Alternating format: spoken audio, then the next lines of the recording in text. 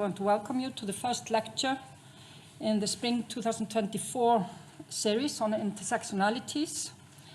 The lecture is titled Hydrofeminism, Feminist Scholarship in, through, with South African Oceans, Bodies of Water and Liminal Watery Edges. My name is Irma Ellisdóttir, and I will be moderating today's session. Tamara Shefer is a senior professor of women's and gender studies in the Faculty of Arts and Humanities at the University of Western Cape in Cape Town, South Africa. Her scholarship has been directed at intersectional gender and sexual justice with particular emphasis on young people. And she is the author and editor of a number of books, one of which was just published on this very theme, and that she will introduce later on in this lecture. So this lecture will discuss hydrofeminism and contemporary work of South African-based scholars and activists that are currently thinking with oceans and other bodies of water for challenging critical social and environmental injustices. So before I give the floor to Tamara, I want to mention that after the lecture we will have time for questions from the audience, but we will need to finish quite early. We will need to be out of the room 5 minutes before 1. I'm very sorry for that. So the floor is yours, Tamara. Welcome. Hi, everybody. Thank you so much, Irma. Good afternoon, and thank you so much for this opportunity to share this book that has just recently been published, 2024. Especially given the short notice that I gave RIKK, many thanks on behalf of myself and the other two editors, Viv Boslik and Nikki Romano, and the authors in the book, because it's such a wonderful opportunity to share the book. And I think it feels particularly appropriate, not only because they're wonderful Grow Guest Fellows here, but also because I think Iceland is such an important space. It's such a watery space. There's ice, there's glaciers, there's waterfalls, there's sea, there's ocean, there's the geothermal waters. But also, I think there's such a groundswell of work that has happened, artistic work, activist work, scholarly work on environmental issues that has been thinking with water and the oceans. So I feel very fortunate and very privileged to be able to share this book in this context. And I just wish I'd thought about it in advance and actually got hold of Irma and Ellen and others earlier to kind of set this up. So that's a video I took of a shy shark in the oceans where I swim. So to contextualize this work, I just want to locate myself. So I live in a sort of a village in Cape Town. It's towards the southern peninsula, towards Cape Point, which is a nature reserve. And this is where I swim. It's actually where the boats go out, and you can sort of see the channel. That's low tide. It looks very different at high tide. And there's also, very importantly, a bench next to the beach that has been put up recently. You can see the bench. It's got, it says wag 'n bietjie, which in Afrikaans means wait a bit. So sit down and wait a bit and think about things. Think slowly about where you are and what has happened here before you came.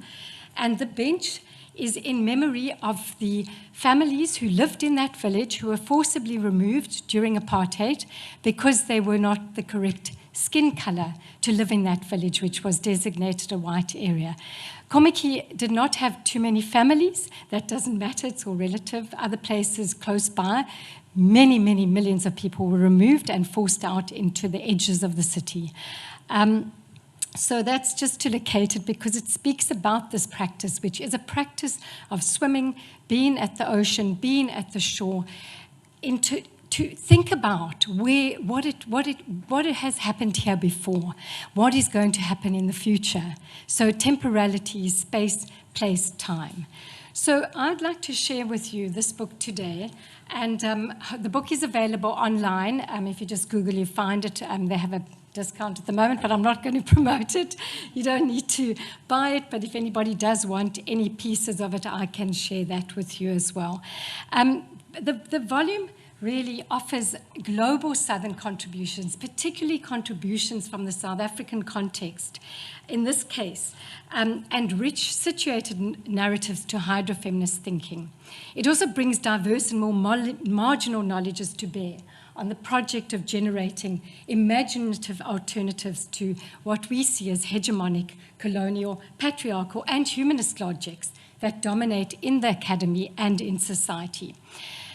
So that's just a little bit about the book, and I want to give you a bit of a sense of its background and context, and what the book is, what its goals are, what the project of the book is. So the project is, it kind of engages with a number of intersecting projects. Firstly, it's directed towards the politics of higher education and scholarship. So part of what it's doing is trying to do scholarship differently, trying to do research and pedagogical practices differently, to reconceptualize what we do and how we do it in the university. So it's part of a decolonial, feminist, queer, post-humanist engagement with trying to do things differently, embodied, affective, relational pedagogies and research practices. And hopefully some of those will become clear as I go on. It's also about justice, thinking with oceans. It's about challenging social injustices and planetary crises and injustices, so in particular environmental challenges. But importantly, what we're trying to do in the book and in the projects that are showcased in the book is to show how any justices, social injustices related to gender, coloniality, global capitalism, and a whole range of other inequalities are also entangled with environmental injustices and challenges. So the entanglement of these different forms of oppression is very important in the project. And finally, as I've said already, the book is hoping to showcase South African contexts of the post-apartheid and post-colonial. What some people have called hydrocolonialism, because colonization happened through the sea, through the oceans. People came out on ships. Slavery happened on ships. The oceans are haunted by these histories. So it's very much located in a global Southern context and a South African context, but we argue that the issues we're dealing with resonate with and, of course, are of relevance globally, not only in global Southern or South African contexts. So,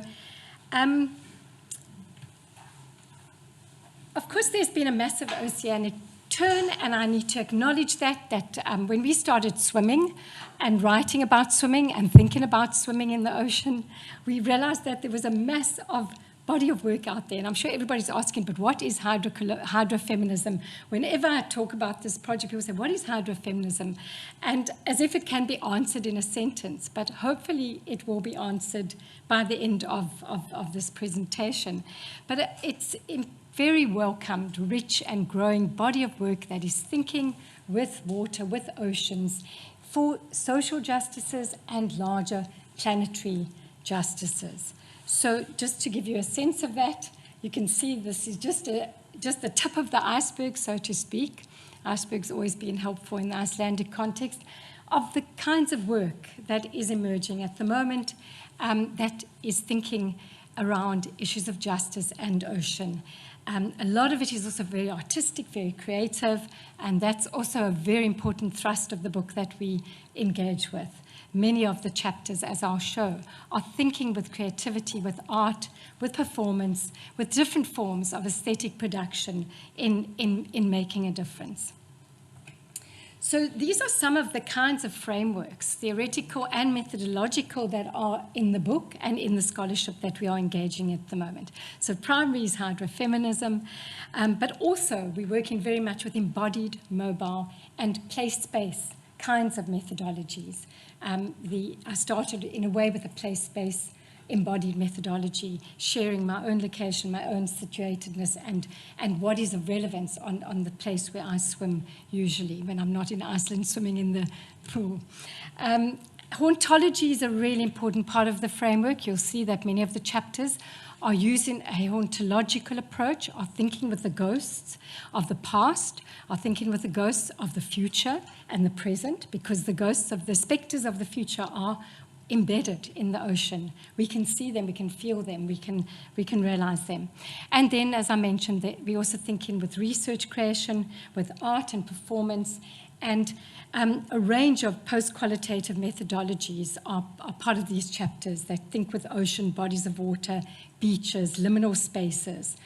And these methodologies are multiple and they're fluid and they traverse the different chapters if people do read them.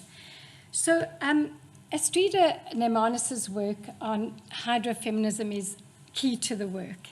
And Astrida Neimanis thinks with bodies of water as a figuration that allows us to imagine a number of things. Firstly, and I'll just read this quote from her, my work as a writer and researcher in the past 6 years has been, and now it's about 10 years, has been largely focused on one question: how might paying attention to water, really paying attention to water, how it moves, what it does, what it is threatened by, how it organizes itself and other bodies, how might this kind of thinking with water open up a different sort of imaginative space, perhaps interrupting some of the foundational concepts and beliefs in dominant Western systems of thought that I, speaking of herself, have inherited. And others who are drawing on this say, what can we learn from water? How might an engagement with water inform our politics, our daily living, ourselves? And in this book, our scholarship, because we're doing scholarship in that way.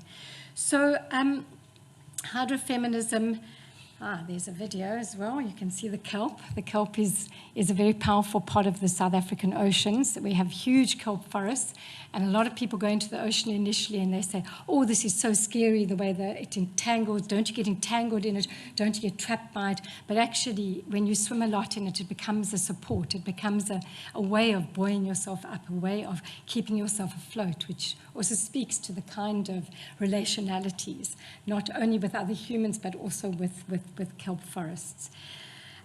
So Astrida's figuration, bodies of water, refers to the fact that we are all bodies of water. We are 70% water. Standing here, we look like we're solid, but actually we are liquid.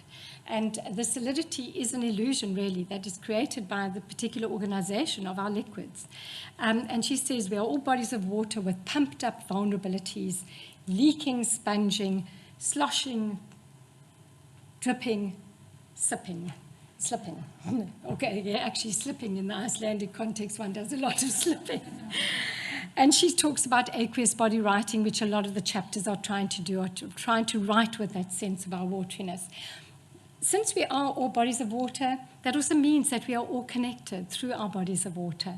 And that sense of connection is what we are working with here, is a sense of our relationality and therefore our responsibility to, and our responsibility, our capacity to respond to crises and challenges in current times.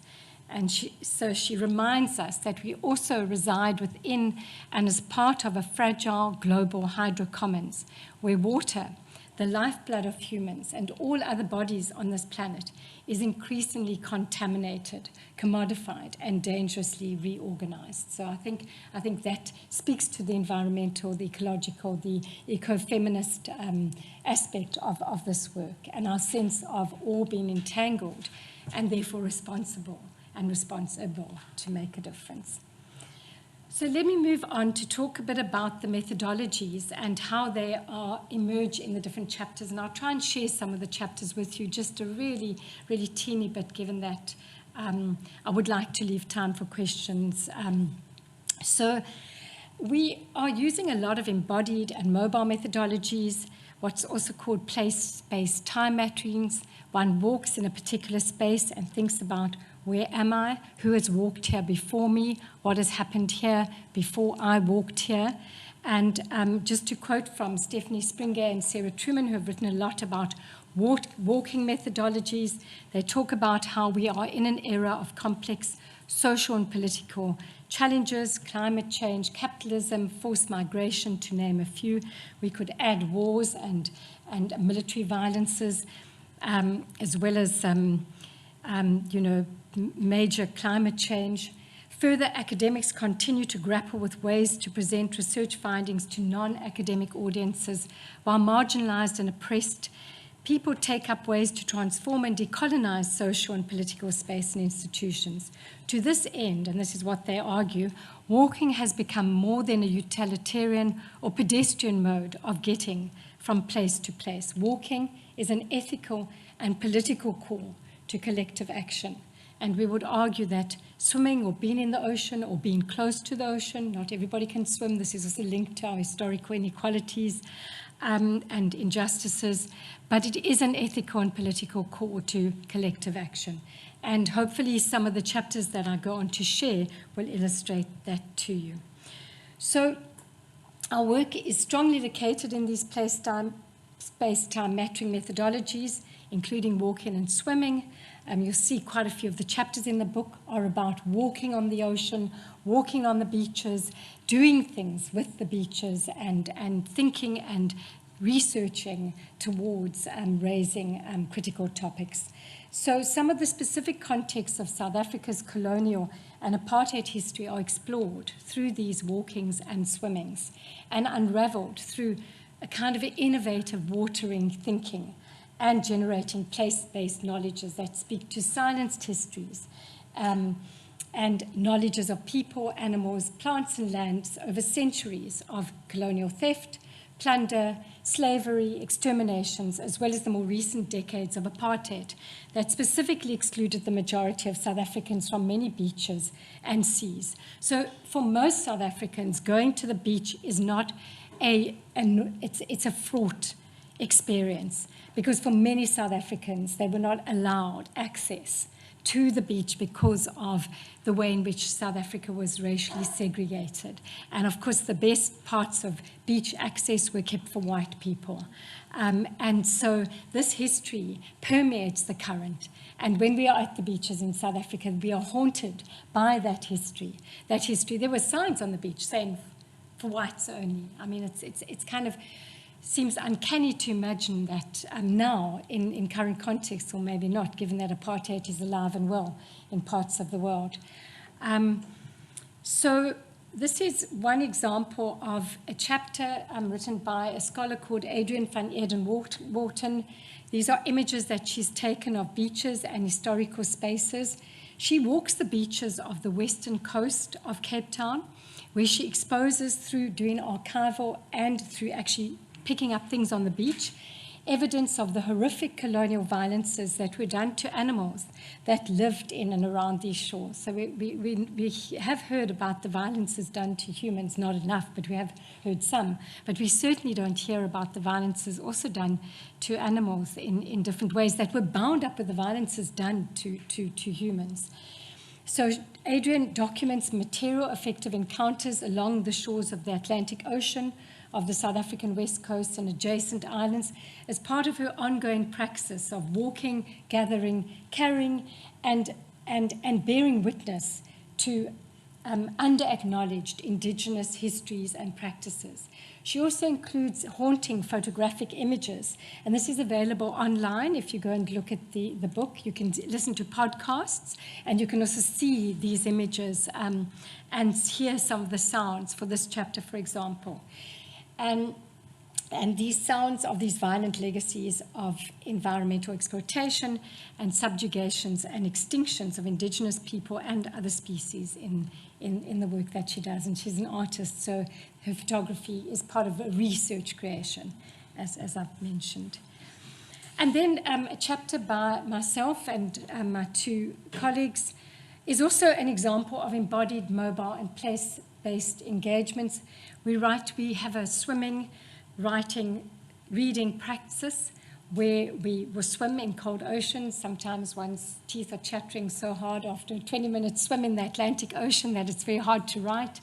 But we'll kind of write about the topics that are grasping us. And because we were thinking about how to do scholarship differently and how to decolonize the university, a lot of our writings are about that and about the complexity of that task. So we embark on what we see as a playful, experimental, slow, scholarly, hydrofeminist practice that includes swimming, reading, image making, and writing together, while holding in mind the project of doing ethical scholarship for social and environmental justice. And then the second main approach that I mentioned that's very much a part of the book, which has kind of emerged already, is what we have drawn on from other scholars as a hauntological approach. Many feminist and black feminist scholars have written about hauntology as well. Zembelis et al. Say that a hauntological approach reveals the absences and presences of the there, then, here, now, and effects of the past, present, future on people's lives and the environments. And I mentioned before Isabel Hofmeyr, who's a local scholar in South Africa, has adopted the term hydrocolonialism, referring to the way in which water was deeply implicated in and a part of the particular form of colonization that took place in South Africa and other parts of the world. So we look at hauntings of coloniality and apartheid as they surface, as they bubble up, and also future hauntings, as I mentioned, which are shaped by what we see as anthropocentric, capitalist, current and future exploitation of human, other species, and the planetary resources. So to give you some examples, just to continue with that briefly, some of the issues that have captured the imaginary of scholars have been the way in which the Middle Passage, people have written about the Middle Passage, slavery. For example, Christina Sharp's work is very powerful, and she writes, the atoms, the sea bears testimony to the atoms of the people who were thrown overboard out there in the ocean today. So our oceans are haunted by slavery. They're haunted by those historical pasts, but also by more contemporary pasts. For us in apartheid, where people were not allowed to swim in the ocean. Many South Africans cannot swim because they were denied access to the ocean. Ronaldo Wolcott, for example, has developed a field of black oceanic studies, and more literary scholars have spoken about the oceanic south as a way of thinking with literature that works with the ocean and water. And of course, I mentioned hydrocolonialism and again, critical place inquiry.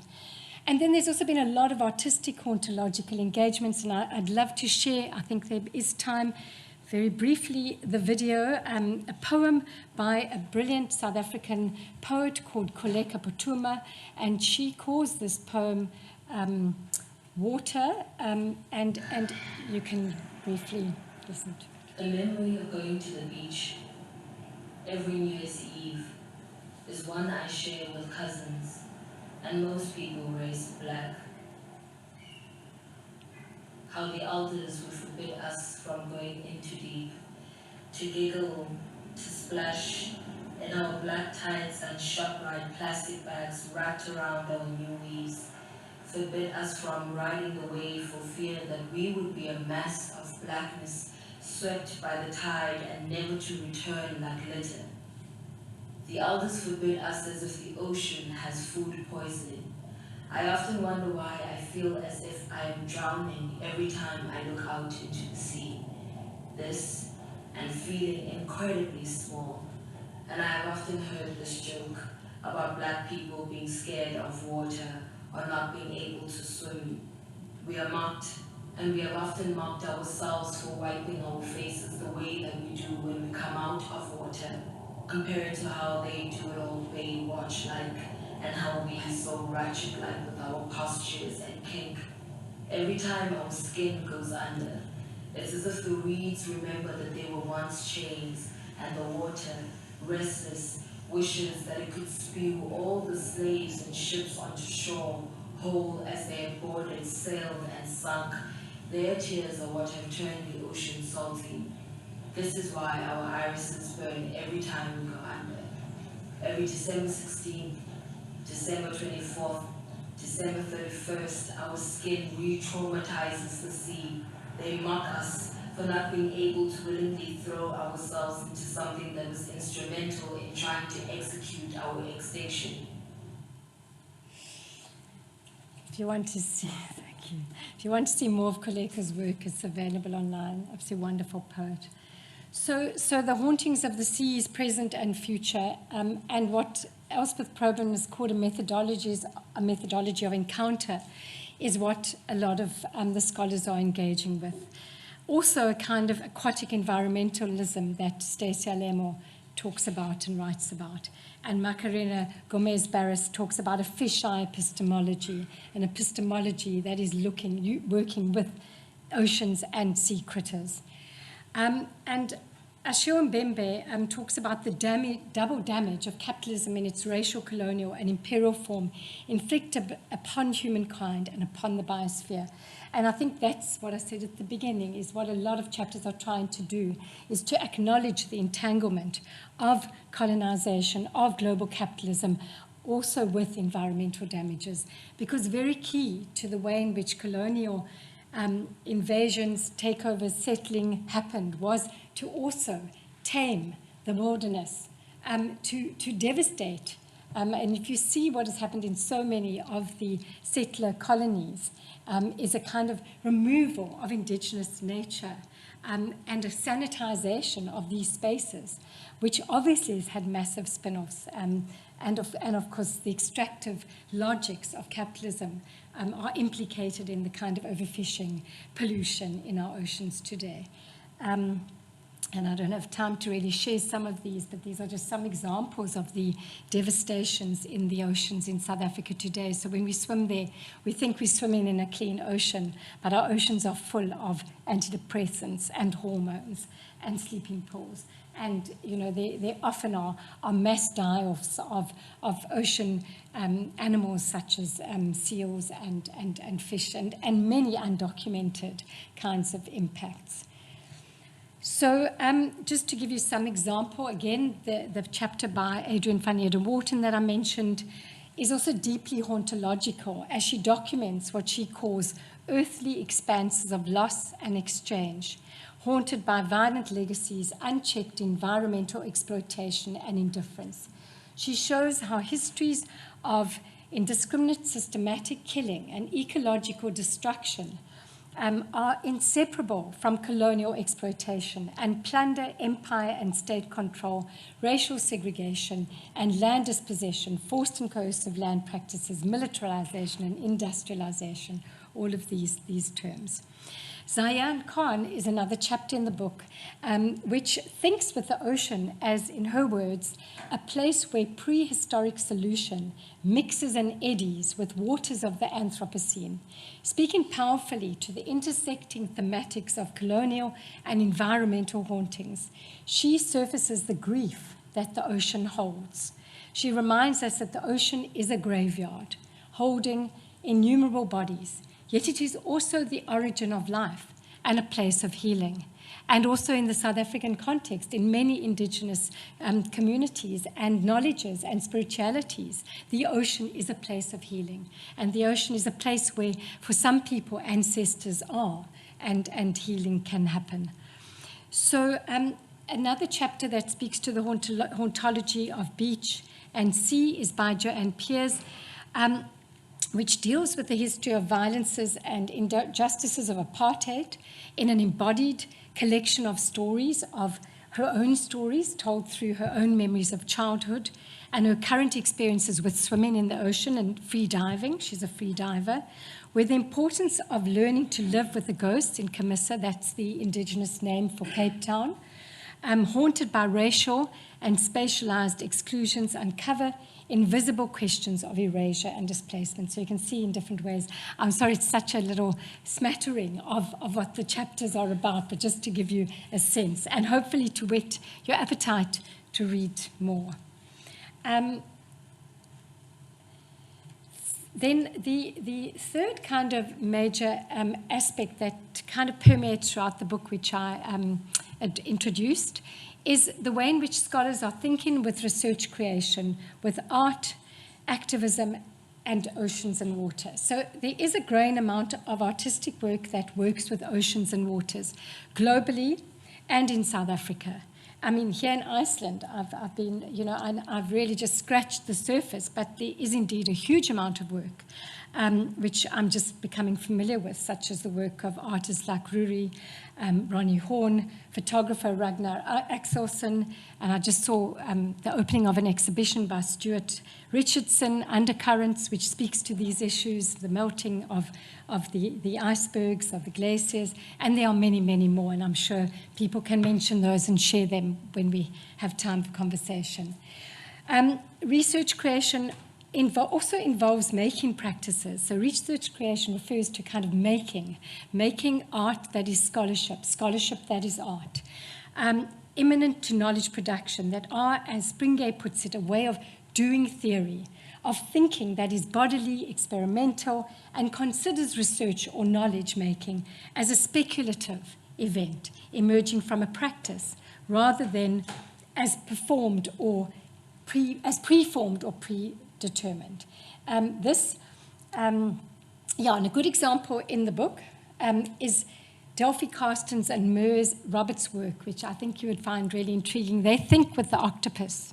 And they call their work on octopoid aesthetics that documents an ongoing, collaborative, what they call immersive, experimental, and cross-disciplinary multimedia project that draws from a series of becoming octopus meditations. So they've developed these meditations that emerge from their free diving with the octopuses. So they take photos and video of the octopus, and then they write these meditations.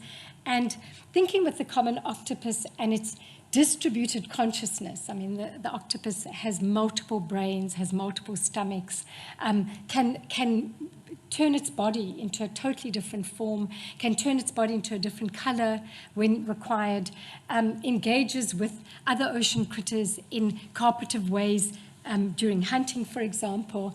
And these authors explore the possibility of merging individual and collective ways of being, thinking and doing, in order to, as they say, reconceptualize the role of speculative imagination and non-human cognition as propositions for pedagogies and artistic practices that aim to combat the destructiveness of the Anthropocene or human exceptionist kinds of extractivist societies.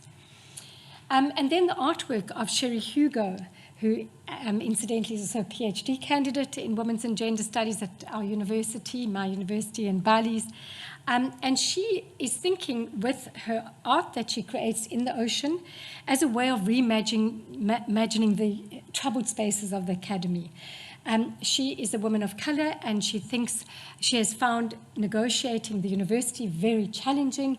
Similarly, she found negotiating the ocean very challenging. So about 1.5 years ago, or 2 years ago, Sherry couldn't swim. She was afraid of the ocean. Now she free dives, and she has done a series of photography. This is one of her photos of herself in the water, in the ocean, which speaks to her sense of thriving, that she wants to think into the university as well. So it's a really powerful set of artworks that comprise photographs, drawings, and collages that document the embodied practices of overcoming discomfort and fear of oceanic spaces, but also discomfort and fear of university spaces that many black and brown-bodied South African women, as she puts it, have experienced as a result of apartheid and colonial histories, and particularly in the university, which has historically in South Africa been such a white and middle-class space and a colonial space still, where statues of colonialists, dominate. We know that 2015, the statue of Cecil John Rhodes was removed from the University of Cape Town, which was an important act of symbolic reclamation and disrupture of colonial histories and presence. And then there's a lot of the activist research creation work, which is also community-based and participatory. So really exciting work by a scholar called Dylan McGarry. He has thought with ancestors, and the chapter which documents a project called the One Ocean Hub, which is an international research project network which developed a production, a empatheater. They call it empatheater. It is a form of working with communities in a participatory theatrical way. So the theater is created through participation from the audience, through narratives that are drawn on in the audience. They call this production Lalela Ulwandla, which in isiZulu means listen to the sea. This is a participatory community-based ongoing iterative research process of public storytelling and script development. The theatre project has been able to explore themes of intergenerational environmental injustices, how people have lost access to oceans, have lost access to fishing, which was an important, nutrition and, survival for many people. And also ecological grief, the role of marine science in governance, and the myriad of threats to ocean health in South Africa and internationally. Interestingly enough, more than 1,000 diverse South African audience members were consulted in the process of scripting and collaborative analysis of what emerged. And you can have a look at that online. It's called Lalela Olwandle, and there's the link. And the author also produced an award-winning film called Indlela Yokuphila, which is the soul's journey. So you can see also an effort to bring back ancestral voices, the notion of spirituality, African spiritualities, which have been so erased. And then some of the chapters are also activist dialogues in a similar vein, and this is also the work of Dylan together with Buchle Francis. And Buchle and Dylan wrote a chapter called Grandmothers of the Sea, and what they did was they gathered stories from a group of grandmothers, a group of older women whose livelihoods had been around fishing. And they share, so it's a community-based activist project as well. And these older women have been working with the ocean, but also the trade of working with the ocean has been passed down through generations. And they draw on the stories of 5 fisherwomen that provides a rich illustration of the nuanced and complex relationship of communities with the ocean, as well as their knowledges. And in a sense, what comes out of it is how their knowledges have been ignored and erased, and how ocean governance has kind of just bolted ahead and developed policies and practices that are not in the interests of locals and not in the interests of the oceans, not in the interests of these group of these communities that have relied on this historically and in current times. So I think that's a really, and these beautiful illustrations were also done by Dylan, who is an artist as well. So you can see the scholars are all really creative and artistic, as well as thinkers. And then another example of an activist dialogue is a chapter on surfing as a space for activism and change. And Karen Graaf speaks to a further oceanic activism. She argues the way in which surfing as an oceanic sport, globally and in South Africa, repeats many of the problematic raced, classed, gendered, sexualized inequalities and divides and stereotypes. Very much surfing is a sport for white, middle-class, heteronormative men. And but she also shares in the chapter a range of feminist, queer, and social justice activist surfing projects that are trying to disrupt these logics and trying to do things differently. The author's also worked on a community-based podcast, which she's written about elsewhere, that draws on local stories about surfing. So it tries to dismantle this kind of dominant image of surfing globally and in South African contexts, to make a difference to the public imaginary of what surfing is and what it can do and become. So I'm getting to the end. Just to conclude, I think that what is embodied in the book is really just a bit of a mass of work that's emerging in South African contexts, in other global southern contexts, but also globally. There's a lot of work in the Nordic and the Scandinavian context that we think with.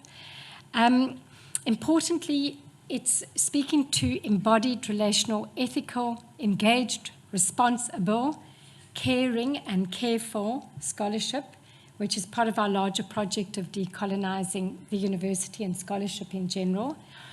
It also refuses representational and extractivist scholarship, so there's not a chapter that works in that way. Chapters are autobiographical, they're participatory, they're activist, they're thinking with art and activism in collaborative ways. I'm not saying there won't maybe be some mistakes, because it's so easy to slip back into those logics, but that's been the intention.